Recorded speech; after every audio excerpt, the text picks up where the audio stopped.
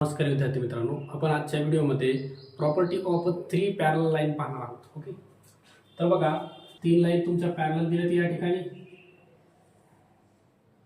ही line तुमची L आहे, ही M आहे आणि तिसरी लाईन आहे तुमची लाईन N. ओके, 3 लाईन तुम्हाला या ठिकाणी पॅरलल दिल्यात.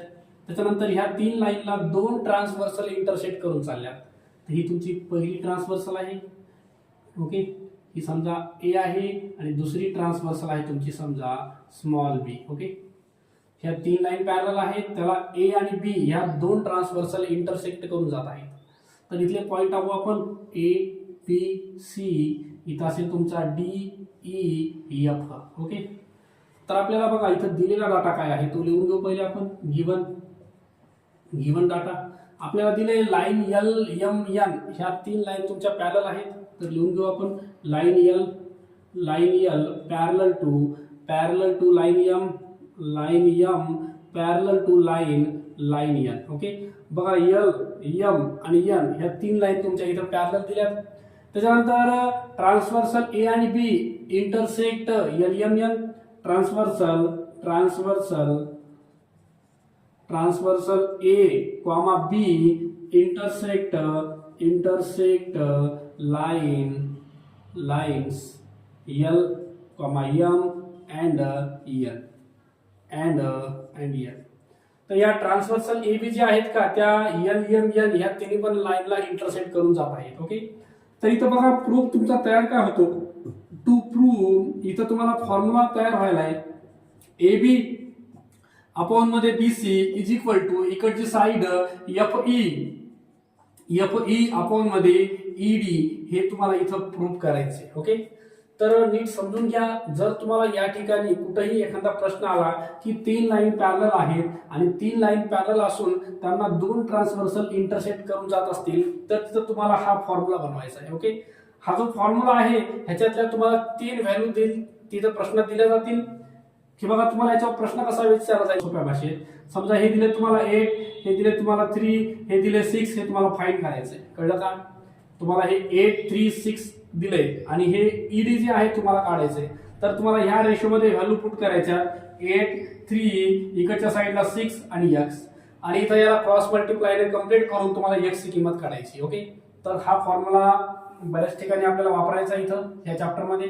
ओके, तर बघा हे प्रूफ कसा करायचा आपल्याला. याच्यामध्ये कन्स्ट्रक्शन आहे, बघूया कन्स्ट्रक्शन आपण. कन्स्ट्रक्शन म्हणजे आपल्याला फक्त जॉईन करायचे. जॉईन एडी, आपल्याला एडी ला जॉईन करायचे. लिहून टाकू याच्यामध्ये जॉईन एडी. हे एडी आपल्याला जॉईन केले. ओके, आता बघा मी काय करतो प्रूफ मध्ये. तर बघा प्रूफ,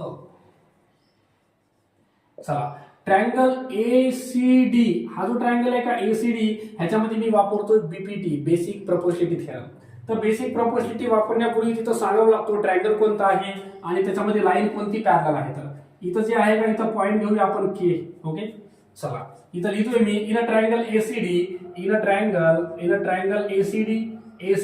ट्रायंगल मध्ये बीके ही जी लाईन आहे BK is parallel to CD.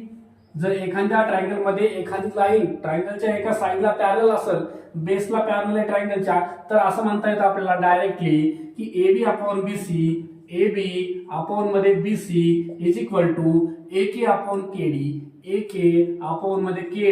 Result लिहून टाकायचं. Number 1 basic proportionality theorem. Okay, same basic proportionality theorem आपल्याला ह्या ट्रायंगलवर वापरायचा. AFD हा जो इकडचा ट्रायंगल आहे AFD त्याच्यामध्ये AF ला KE पॅरलल आहे. ओके, चला लिहून घेऊ आपण. इन अ ट्रायंगल AFD मध्ये AF जी साइड आहे ती पॅरलल आहे कुणाला आहे KE ला. Is parallel to KE. मग डायरेक्ट म्हणता येतं देअरफॉर इथं पण आपल्याला सेम फॉर्म्युला बनवायचा आहे. ओके, FE अपॉन मध्ये ED. बघा हा जो ट्रायंगल आहे का तुम्ही उलटा पकडला, याचा रेशो सुद्धा मी उलटा काढतोय. तसंच करता येतं बरं आपल्याला. FED घेतला तर इकडचा रेशो AK KD, इकडचा रेशो असणार आहे आपला AK अपॉन मध्ये KD.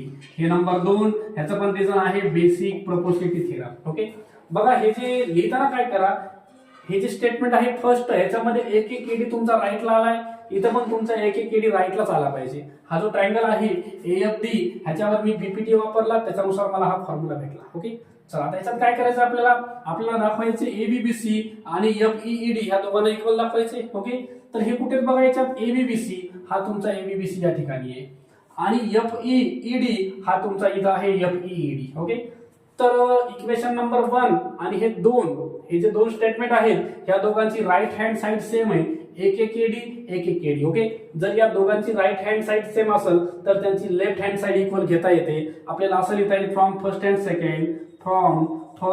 सेकंड वरून की ह्याची जी लेफ्ट हँड साइड जी इक्वल आहे तर आपल्याला राईट हँड साइड लिहायची डायरेक्ट की AB अपॉन मध्ये BC is equal to FE upon मध्ये ED. ओके, हे झाला आपला थेरम तयार.